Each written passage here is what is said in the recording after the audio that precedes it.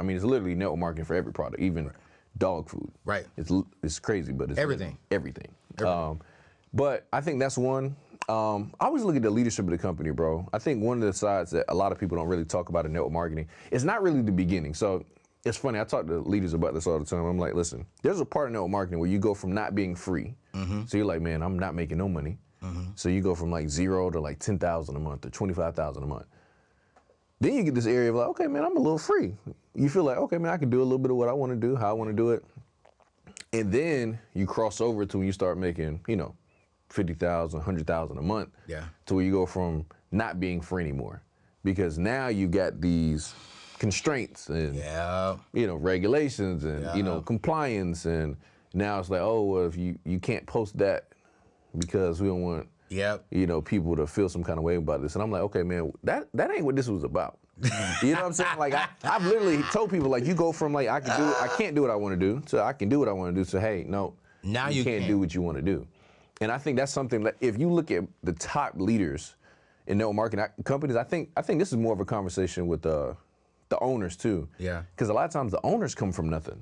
And so they cool with everything. Right. Until they get something. Right. And then when they get something, it's like, hey. Right. No, we don't want you to do that. I mean, I've been in some companies, bro. It's like you leave, they're like, well, you can't take our people.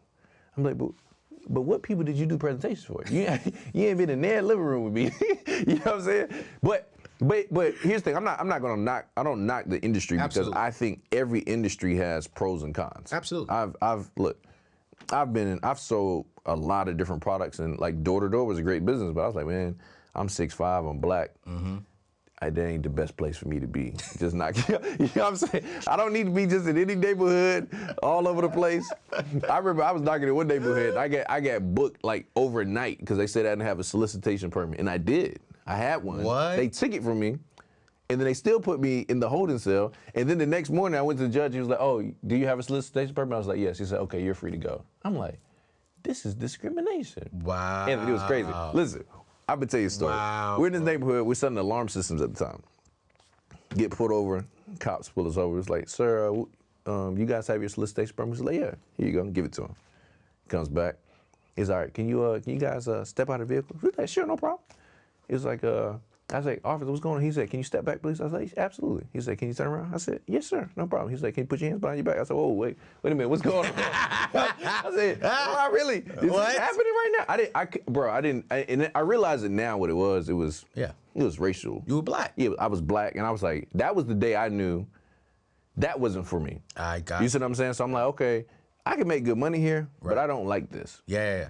And then, you know, I've done insurance, and that was cool for a little while, and I realized people don't like to talk to me about death. Right. You know, and at the time I was young, I didn't really have a network for that. Yep. And so when I figured out, okay, these are the things I'd like to do, I had to find a way to be able to do it. But, you know, a lot of owners, I really feel like it's the owners that have really kind of made it where it's not as fun for like higher level leaders. I was talking to a guy after I left my last company. He was like, man, you should come over here to this company. I was like, bro, I can't go there. The owner's known for suing people. He was like, but here's the thing. If you go to a place you would never want to leave, then you don't have to worry about that. I said, no, sir. Why would I knowingly go to a place that if I want to do something else that you're just not cool with? And you're going to sue me. Because we live in America. Right. I can sue you for anything. Anything. And you don't have to do it wrong. I can just sue you tomorrow and be like, hey, now you got to spend money to defend myself. To defend it. Most of these owners they're not trying to like win. They're not trying to win. They just want it to cost you money. And so I feel like that won't change until there's enough leaders that say, listen, let's just make it right. Let's just do this the right way. Yeah. And let's really build what it's supposed to be built on. Yeah. Because I do feel like network marketing is changing. I think a lot of it has to do with how companies are being run. And I think the education and the internet is changing stuff too. It's like, education is changing. And I just think there's some things a person can learn how to do for themselves. Absolutely. That a company used to provide. Yep. But there are some benefits to what companies do provide. Are you ready to transform your career in 2023? I want you to consider Bethel School of Technology, the world's only Christian online tech bootcamp. With African Americans representing just 7.9% of the tech workforce in the US, it's time to bridge that gap and create more opportunities for everyone in this booming industry. Bethel Tech is committed, and I mean this, they're committed to providing accessible, lucrative, and fulfilling tech careers for all individuals. In their comprehensive 9-month program, you'll master essential skills to kickstart your technology career today. The earning potential is crazy impressive. Indeed reports that software developers in the US earn on average about $103,000 per year. What? Choose from programs like cybersecurity and UI UX design and ignite your tech career with passion and with purpose. Forget about accumulating and racking up debt and invest just 9 months to revolutionize the next 9 years of your professional life. Embrace your potential with Bethel Tech and achieve your career aspirations today. Hey, visit anthonyoneal.com/Bethel or click the link in today's show notes to register and take the first step towards a bright future in technology. Hey, talking about a bright future, let's get back to today's show. So to give you an example, when I first got started in network marketing, I didn't have any success. Okay. So now I could borrow the success of my mentor. Yep. So now it's like, hey, don't look at me. I'm talking to this guy. Look at him. And then I could borrow the influence. I could learn. Yep. I could be growing and making money until I could develop my own influence. And that's one of the benefits I think that you get. You get the mentorship. So like David, you had my mentor here before. Yeah. It's like, okay, this is a guy that was making, over 7 figures a month. A month. So how do I get him to mentor me? Right. Like it wouldn't be like that time to join that company was $195 and $175 a month. Wow. That gave me access to David. to David. Right. Had I not been a part of that company, it doesn't happen that way. No. You know why? Because I went to one of his masterminds. His mastermind was $30,000. Ooh. So, man, which one was better? Now, granted, I had to be a leader. Yeah. I had to step up, and I had to earn that position. Right. But which one was more economical for me? Yeah. As a new entrepreneur. Yeah. And so that's when you look at the pros and cons, there's definitely cons that I just think that a lot of people don't talk about, but it's because you got to think about it, network marketing, not that many people make it to the top. No. I mean, what is it like? What?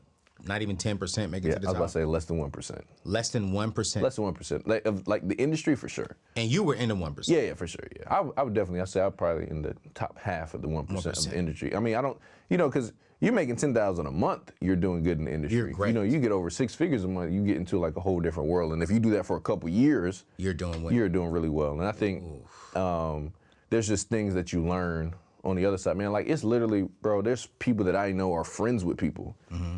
And they don't even talk to them because it's like, man, you left the company. And I'm like, that's sad. That's one of the few industries where I'm like, okay. And I'm not saying that it doesn't happen in other places, but it's prevalent. No, it definitely happens. Yeah, it happens in other places. Yes, and I think we've had discussions just on. I think something that leaders have to really learn is how to honor the exit. Absolutely. On both sides, because we're taught as mentees, like, okay, how do we go about honoring the relationship? But like now, when it's time to step away, how do you do that? And there's some people that I've seen do it really, really well. Yeah. Like my mentor's been a great example. There's some other people I've seen do it well and handle it as good as they possibly can, because that is a part of the growth and elevation. Yeah. But I think that's something that's very prevalent in most of the industry. You really got to be a good leader to transition. When I think about my 2 big transitions, I had 2 huge ones. Going from Bethel Church, which is Bishop Rudolph McKissick Jr. to Dave Ramsey. Then from Dave Ramsey and Ramsey Solutions out on my own.